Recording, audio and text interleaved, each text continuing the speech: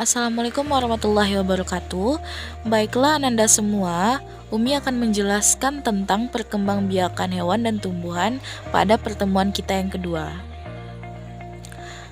Nah, sistem perkembangbiakan tumbuhan dan hewan itu memiliki dua bagian, yaitu sistem perkembangbiakan tumbuhan dan sistem perkembangbiakan hewan. Sistem perkembangbiakan tumbuhan itu memiliki tiga ciri-ciri. Yang pertama, perkembangbiakan pada tumbuhan Agiospermae. Yang kedua, perkembangbiakan pada tumbuhan Gymnospermae. Yang ketiga, perkembangbiakan pada tumbuhan lumut dan tumbuhan paku. Dan yang keempat, teknologi reproduksi pada tumbuhan. Yang pertama, perkembangbiakan pada tumbuhan Agiospermae, yaitu terbagi menjadi dua jenis, yaitu vegetatif dan generatif. Pada vegetatif itu ada dua bagian, yaitu vegetatif alami dan vegetatif buatan. Vegetatif alami terdapat pada rizoma, stolon, umbi lapis, umbi batang, tunas, dan tunas aventif. Vegetatif buatan yaitu bisa kita lakukan pada satek, runduk, dan mencangkok. Generatif, perkembangbiakan generatif merupakan perkembangbiakan yang terjadi melalui pertemuan antara gamet jantan dan gamet betina. Mekanisme pembuahan ganda pada Agiospermae dapat Anda semua perhatikan pada ilustrasi gambar yang Umi berikan. 2. Perkembangbiakan pada tumbuhan Gymnospermae. Tumbuhan Gymnospermae memiliki alat reproduksi berupa strobilus. Strobilus jantan menghasilkan gamet jantan atau serbuk sari, sedangkan strobilus betina menghasilkan gamet betina. Reproduksi pada Gymnospermae diawali dengan menyerbukan dengan bantuan angin. Serbuk sari dilengkapi dengan sayap sehingga memudahkan gerakannya menuju strobilus betina. Pada bakal biji atau bisa disebut megaspora terdapat struktur liang biji, yaitu mikrofil, dan kantung serbuk sari yang mengganti fungsi bunga sebagai organ reproduksi. Metagenesis tumbuhan Gymnospermae dapat Ananda semua pahami melalui ilustrasi yang Umi berikan.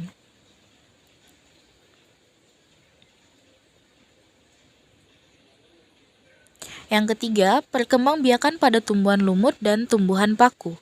Perkembangbiakan generatif dan perkembangbiakan vegetatif tumbuhan lumut dan tumbuhan paku berlangsung secara bergantian melalui suatu pergiliran keturunan yang disebut metagenesis. Fase vegetatif atau fase sporofit merupakan tahap saat tumbuhan menghasilkan spora, sedangkan fase generatif, fase gametofit, merupakan tahap tumbuhan menghasilkan gamet. Nah, silakan Ananda perhatikan metagenesis tumbuhan pada lumut.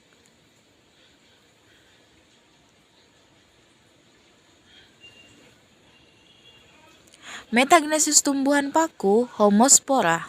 Silakan Anda semua perhatikan.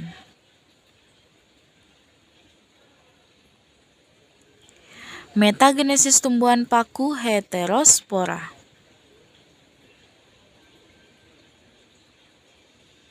Metagenesis tumbuhan paku, peralihan.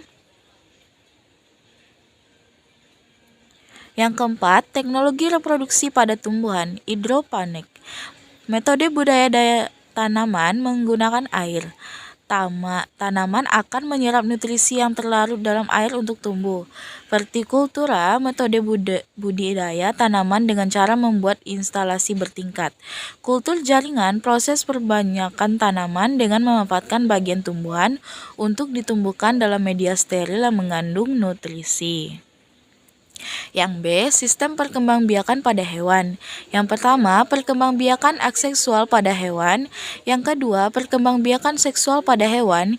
Yang ketiga, siklus hidup hewan. Yang keempat, teknologi reproduksi pada hewan. 1. Perkembangbiakan aseksual pada hewan. Pertunasan. Pertunasan ditandai dengan munculnya tunas berupa tonjolan pada tumbuh induknya, contoh pada Hydra dan Obelia. Fragmentasi. Cara perkembangbiakan aseksual menggunakan fragmen atau potongan tubuhnya, contohnya pada planaria. Yang ketiga, partenogenesis. Peristiwa perkembangan sel kelamin betina menjadi individu baru tanpa melalui pembuahan, contohnya pada lebah dan kecoa. 2. Perkembangbiakan seksual pada hewan. Perkembangbiakan secara seksual terjadi melalui proses perkawinan antara hewan jantan dan hewan betina sehingga terjadi fertilisasi. Fertilisasi merupakan peleburan inti sel sperma dan inti sel telur. Fertilisasi antara sel sperma dan ovum akan menghasilkan zigot yang akan berkembang menjadi embrio. Fertilisasi pada vertebrata dapat terjadi secara internal dan eksternal. Berdasarkan cara perkembangan dan kelahiran embrionya, hewan yang berkembang biak secara seksual dibagi menjadi 3 jenis, yaitu ovipar, vivipar, dan ovovivipar.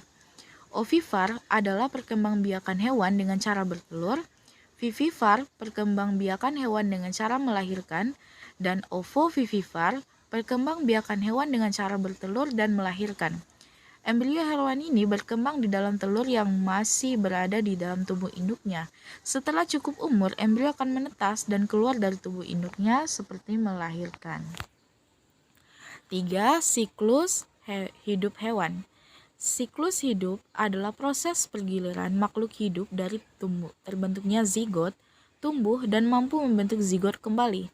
Pada beberapa jenis makhluk hidup, selama siklus hidupnya terjadi, perkembangbiakan secara seksual dan aseksual, misalnya pada hewan Aurelia sp atau ubur-ubur. Nah, silakan Anda semua perhatikan ya. 3. Siklus hidup hewan. Metamorfosis adalah proses perubahan bentuk tubuh pada tahap pertumbuhan dan perkembangbiakan makhluk hidup. Metamorfosis sempurna, tahapan metamorfosis yang setiap fasenya mengalami perubahan bentuk tubuh yang berbeda-beda.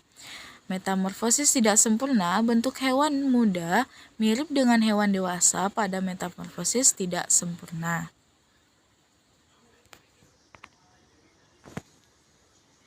Teknologi reproduksi hewan, inseminasi buatan. Inseminasi buatan atau kawin suntik adalah proses pemasukan cairan sperma ke saluran kelamin hewan betina dengan bentuk alat suntik. Sedangkan cloning merupakan cara reproduksi hewan untuk memperoleh keturunan yang identik dengan induknya, dengan memasukkan inti sel donor ke dalam sel telur induk yang telah dihilangkan inti selnya. Nah, demikianlah penjelasan Umi tentang perkembangbiakan hewan dan tumbuhan. Pada kali ini, tugas Ananda semua yang Umi berikan adalah silakan Ananda ringkas pada materi yang Umi jelaskan ini secara intisarinya saja. Terima kasih. Assalamualaikum warahmatullahi wabarakatuh.